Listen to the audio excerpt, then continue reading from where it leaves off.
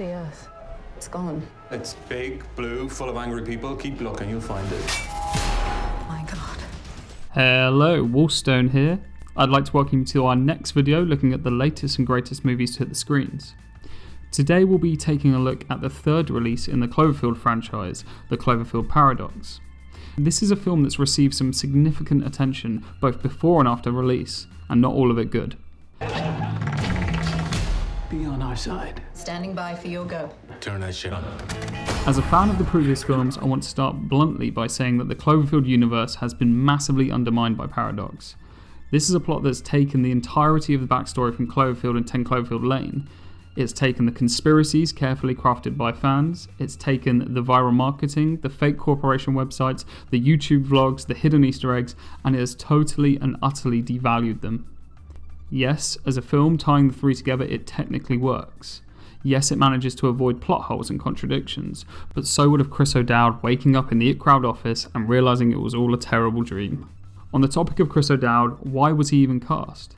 This is an actor who is brilliant in the hilarious It Crowd and subtle in the moving and painted film Loving Vincent, but there seems to be no logical reason for why this man was cast in the way he was. His performance was fine. He was very Chris O'Dowd, but a high-pitched, hilarious Irishman laughing off a missing arm is not what I expected for this film.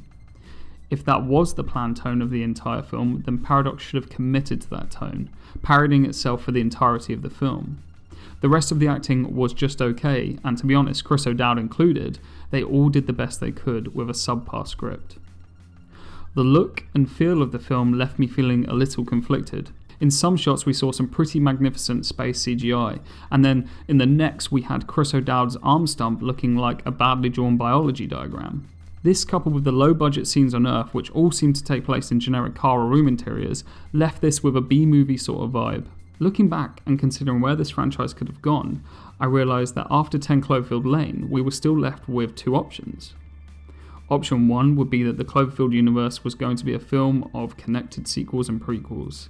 The ending of 10 Cloverfield Lane, although a little clunky, still left room for a cohesive mystery to be unravelled. The second option, which I would have been just as happy with, would be for the franchise to create a thematic anthology. Much like Black Mirror, each film could have stood independently but still exist thematically together.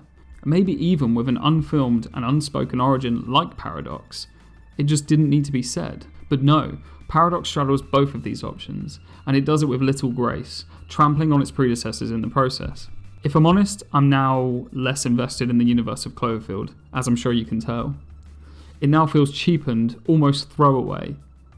If this film had been a B-movie of absolutely no heritage, and no names like J.J. Abrams stamped on the top, I would have given it a 5 or maybe a 6 out of 10. Because I expected better and because of the cult film following, it only gets a 4 from me. I'm more than willing to be told I'm wrong here, so if you disagree or even just want to agree and rage with me, comment below. Until next time. Where's my arm?